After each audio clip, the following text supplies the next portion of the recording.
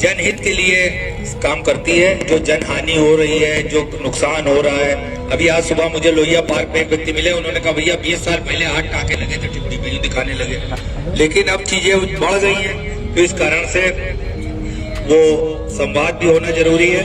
मैं आपको भाई साहब बताना चाहता हूँ कि इसमें विक्रेतागण भी हैं, इसमें उड़ाने वाले भी लोग हैं और काइट क्लब वाले भी लोग हैं, जो इन्होंने लखनऊ में का नाम इंडिया भर में रोशन किया, ऐसे व्यक्ति भी हैं।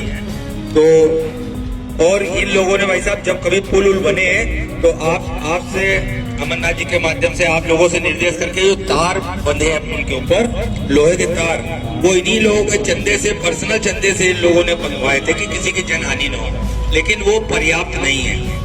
अभी मैं अपना भी अनुभव बता दूं कि मैं गुजरात गया था भाई साहब, माननीय प्रधानमंत्री जी का कार्यक्रम था, तो हर शहर से 20-20 लोगों को मौका मिला था सोमनाथ जी का। तो मैं अहमदाबाद में जब उतरा तो हर बाइक पे हमने देखा कि ये स्प्रिंग की एक वो बनी हुई है बाउंड्री। मैंने समझ नहीं पाया, मैंने कहा क्या, तो कहने लगे पतंगबाजी खिचड़ी पे होने वाली है, इस कारण से ये सब बंधी हुई है। ये लोगों ने भी आज इसका एक सैंपल मंगाया है कि हम सब लोग इसको निःशुल्क देंगे जिन इलाकों में पतंगबाजी होती है। हालांकि लोग डरे हुए हैं और आपके द्वारा जो दिशा निर्देश है वो जानना चाहते हैं। मैं खुद एक सब नागरिक के नाते मैं आपको बताना चाहता हूँ अपना अनुभव, जो आपसे बात हुई थी कि मैं दिवाली और जमघट पे मैं अपने बच्चों के साथ पतंग उड़ाता हूँ केवल 2 दिन, और चरखी वर्की खरीद के रखता हूँ। तो वो चरखी हमारे पास थी जब मुझे पता लगा कि पहले मेरे आपके द्वारा सूचना आई कि चाइनीज मांझा, फिर जब बरेली वाले मांझे की बात आई तो मैं स्वयं वो चरखी सहित मैं आया हूँ कि मैं जब तक कि आप लोगों के दिशा निर्देश क्लियर नहीं होंगे तब तक कि हमारे बच्चे और हम लोग पतंग नहीं उड़ाएंगे। आज मैं आपके सामने ये जमा कराने आया हूँ। ये मैं स्वयं, मेरे बच्चे का पेपर था, नहीं तो मैं उसको लेके आ गया आपके द्वारा जो निर्देश होते। दूसरी बात, इस तरीके की ये रॉड हमारे काइट क्लब निःशुल्क दे रहे हैं। ये वैसा बरेली का मांझा है, ये खुले तौर पे बिकता है। एक और रिक्वेस्ट है, इन लोगों के वार्ता के बाद हम अमरनाथ जी से कहेंगे कि उस विषय को और आगे तक ले जाए। अभी भी बहुत सी साइडों पर चाइनीज मांझा बिक रहा है और छोटे छोटे कस्बों में आ रहा है।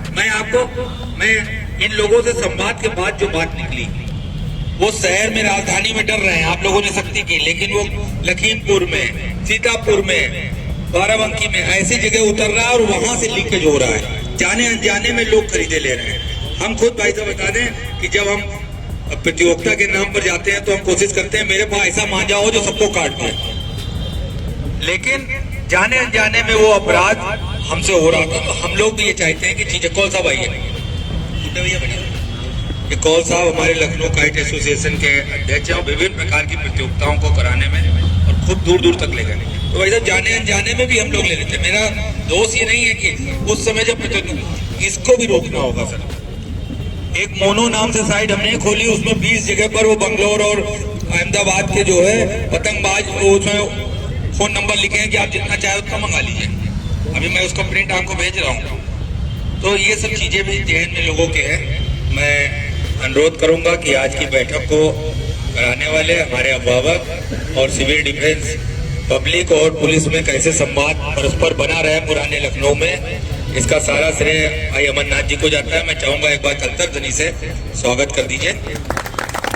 और कौल साहब आ गए, मैं अनुरोध करूंगा कि सबसे पहले एक बार डीसीपी साहब का, क्योंकि आज हम लोग अपने अंदर का भय निकाल कर जाएंगे। जो भी आपकी तरफ से निर्देश होंगे, एक स्वागत सिविल डिफेंस के हमारे अध्यक्ष और रेड क्रॉस सोसाइटी के प्रेसिडेंट, एक